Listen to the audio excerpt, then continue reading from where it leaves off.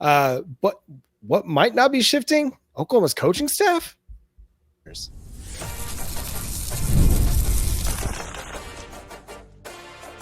You are Locked On Sooners, your daily podcast on the Oklahoma Sooners. Part of the Locked On Podcast Network, your team every day. Again, thanks for making Locked On Sooners your first listen every single day. Shout out to all the everydayers out there. The Oklahoma Sooners, we assumed, would be making some staff changes on the offensive side of the ball in addition to the offensive coordinator spot. Well, in the press release from the University of Oklahoma, it indicates maybe that's not going to change. Ben Arbuckle said, I'm incredibly excited to see our offense reach new heights. Oh, sorry, this is Brent Venables speaking.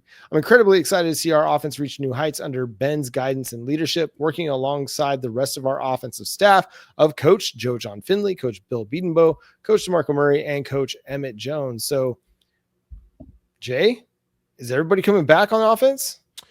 So, I had mentioned this to somebody before, and I don't believe that Brent Venables is in the business of firing people in public. So it kind of makes sense that he would mention the staff, because we all know if he did not mention any of the staff members, the first assumption is what?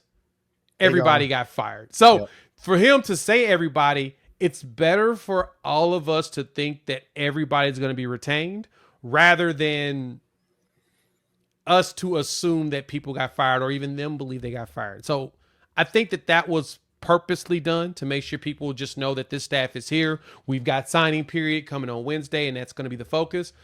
But to go along with that portion of it, though, John, I do believe that once we finish up signing period and all of that, there's a possibility that we will lose some staff members who will take job opportunities to be coordinators at other places.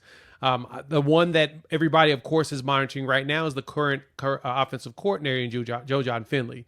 It doesn't appear, I think I saw Kerry Murdoch over there at Soonerscoop.com report that they believe that Kevin Johns will not be retained, as Ben Arbuckle will be bringing a few assistants with him. So if you have that happen, there is a possibility that if he's not going to return, Joe John Finley's most likely going to take himself another gig as a offensive coordinator where he has the chance to call plays. He needs to get seasoned and better. He needs to practice, and that's his opportunity, is actually going out there doing the job. You bring in Ben Arbuckle specifically because you want Ben Arbuckle to be the creative mind around this Oklahoma Sooners offense to where they are running the plays that he's calling. You ain't going to do that because you just want to have him help somebody. No, this is his ship.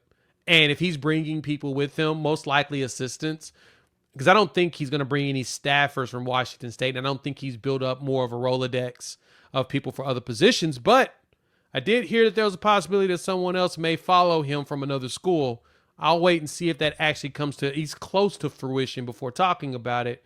But the big thing here is that, John, I do believe that there is a possibility some of the staff members may be gone and taking other jobs throughout this month of December.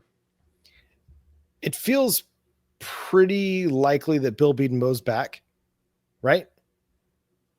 Yeah. Oh, yeah. I don't think Bill Bedenbaugh's going anywhere. He's the one person that if you let him go, be prepared for him to go to the competition. Like immediately. They will add him to their roster as soon as possible just because of how good of a developer and how much of a reputation he has. Like, people sleep on that. I mean, that was the one thing Michael Fasusi has said numerous times in interviews, is that Bill Bedenbaugh is his guy. And every expert, Mike Roach, had mentioned it recently with 247, that basically he said Fasusi said that if Bill Bedenbaugh's at Oklahoma, he's at Oklahoma. And so he doesn't see anybody. Everybody's going to try to flip him. Nobody's going to flip him as long as Bill Bedenbaugh's in place. And it appears that bringing in Ben Arbuckle, you're guaranteed that Bill Bedenbaugh's not going anywhere. Otherwise, I think Emmett Jones feels pretty safe. Yeah, me too. He's a guy with him. I think he's a guy that you can probably have some questions about, given that the young guys on the roster that had opportunities didn't really step their game up. They didn't level up when the opportunities were there. Now, that's not all on Emmett Jones. guys got to take advantage of opportunities both in practice and in the games to be able to solidify themselves as rotational pieces. But that'd be my only complaint is you have several 4-star guys that didn't really step up and step into opportunities. But yeah, DeMarco Murray, I think he could be back, but I think there's going to be some questions about how he handled the running back situation this year.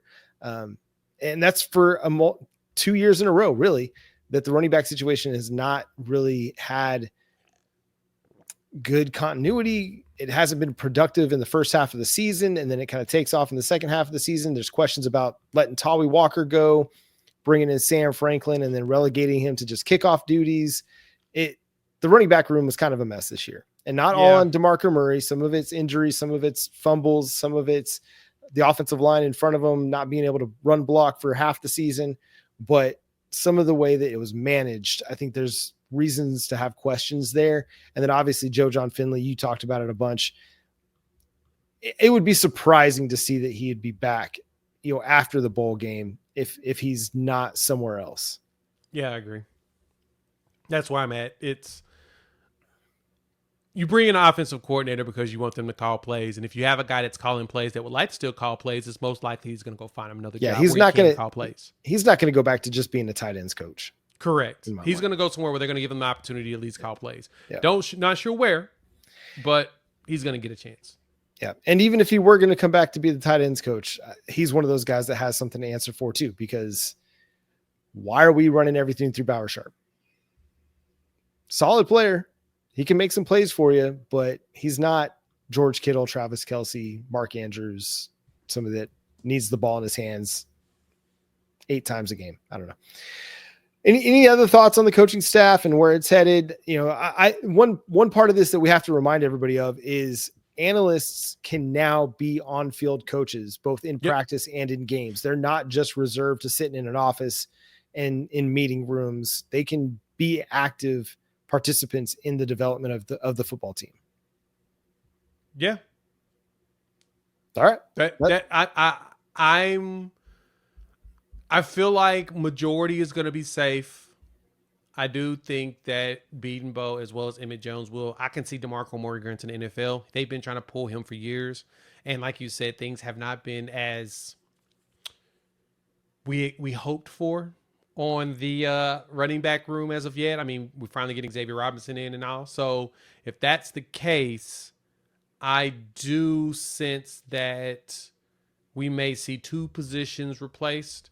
The question's going to be, is it going to be Ben that's going to do it, or is it going to be BV that figures that out? I don't know, but we'll find out. I want my offensive coordinator to be able to pick part of his staff.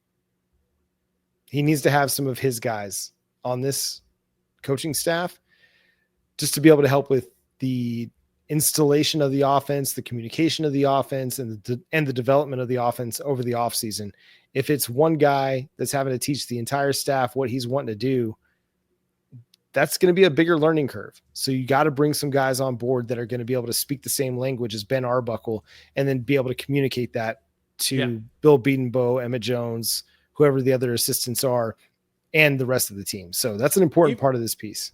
Even to add to that too, like if you really think about it, Brent Venables had talked about he wanted things to be simplified. He wanted to simplify things for the players, especially get the young players up to speed a lot faster and everything.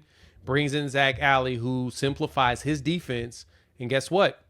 They looked a lot better. The players even said they were able to relate more to Zach Alley in comparison to BV, and not saying they didn't like BV. Is more of a learning the terminology and stuff. Zach simplified it so well they were able to get it faster, and the defense looks so much better because of it. Maybe this is the same thing with Ben Arbuckle. He comes in, simplifies things, even simplifies it for his staff where they can relay it a lot easier, and boom, things start to work better. We'll see. That's going to be my answer to what I think about the Oklahoma Sooners offensive coordinator situation until I see him play games next fall.